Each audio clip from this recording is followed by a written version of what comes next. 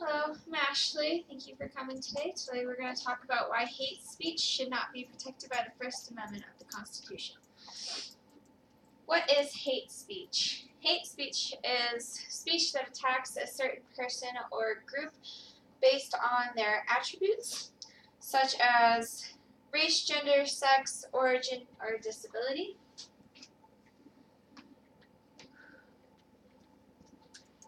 And as I showed you the YouTube video earlier, it was talking about freedom of speech and the crash course and how it has been established over time.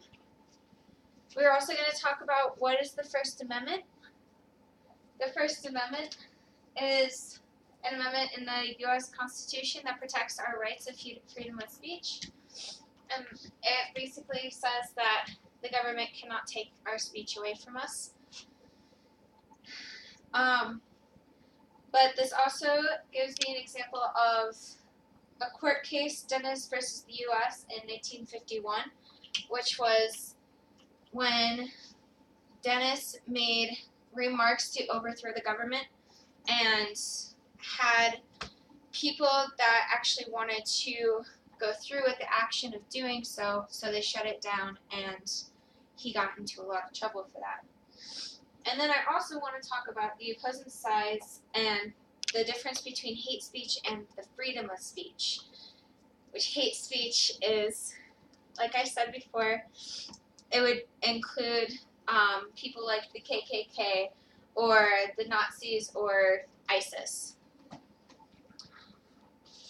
And then freedom of speech is when you talk freely, you're able to speak upon whatever you want as long as it's not acting violently towards a different group.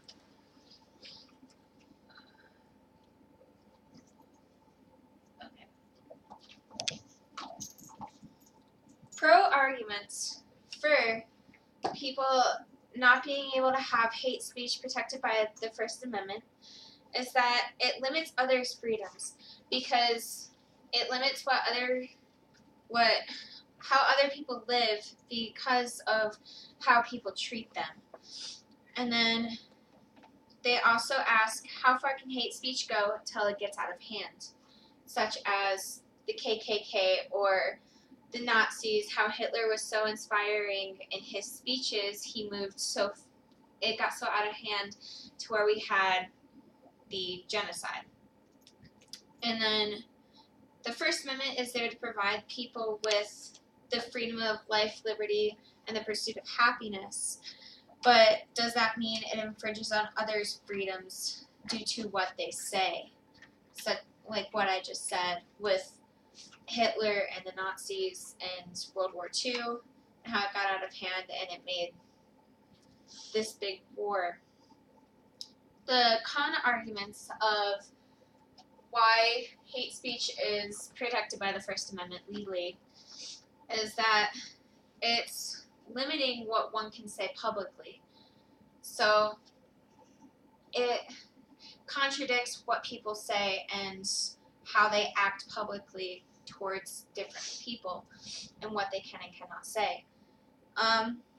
They ask what is actually counted as hate speech and how far can it go before they get in trouble for what they say.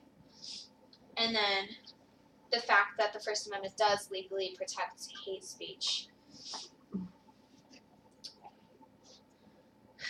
I put up here, just because you say something freely does not make it freedom of speech, including speech of racism, overthrowing the government, or endangering the lives around you, such as Dennis versus the United States in 1951. Like I was saying, he was trying to overthrow the government. And I like that quote up there. It says, freedom of speech does not protect you from the consequences of saying stupid shit.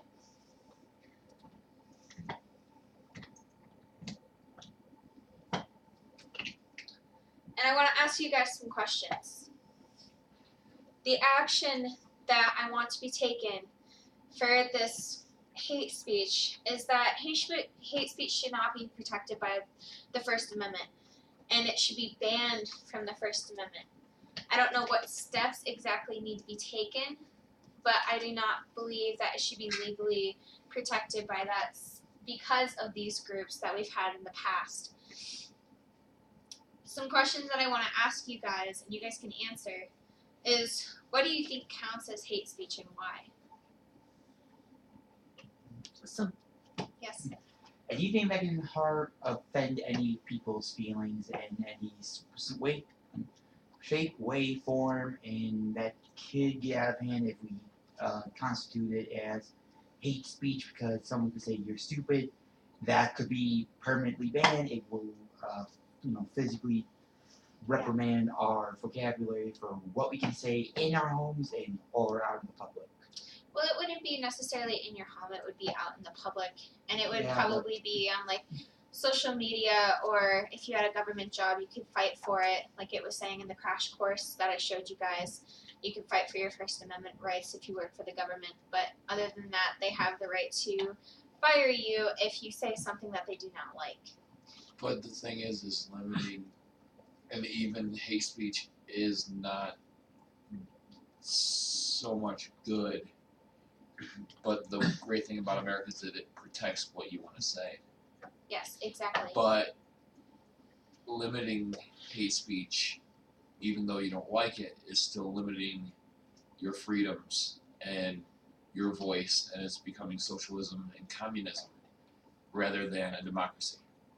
It's not getting so much out of hand. We're just trying to ban things that are not good for our environment, our society, and things that could be really bad for our society, such as World War II and the KKK and ISIS. But who limits it? Who's the one that comes up with the rules and the regulations for it? It's a Who's The slippery government. See, but it's a slippery slope to say who's the one that gets to say whether this is right or wrong. Exactly. That's why I'm not it's such condoning any of this, Right, but it's that's- just a That's very why it's such a different way It's of a looking gray at it. area. It's a gray area, exactly. absolutely. I just Okay, the next question: why do hate speech and freedom of speech? Where do they mesh? And they mesh at a spot of racism. I want to put it kindly. Definitely with the KKK and the Nazis, and what you can and cannot say. Like when they had Brown v. Board of Education, and they had this difference between the South and the North, and whether or not kids could go to school with white kids, separate but not equal, and how the government stepped in to make sure that these kids could get their education. And then what's the difference between the two types of speech? Freedom of speech and hate speech. Freedom of speech is when you say something freely and it has no consequences. I could say anything that I want as long as I am not doing anything to harm anyone. Right, but your Or hate speech still cause falls affliction. under that. Yes. just because you emotionally or you mentally harm somebody doesn't mean that You're physically harmed. Yeah, It's- exactly. Yeah. Do you have any questions to ask me about what hate speech and freedom of speech are? Okay.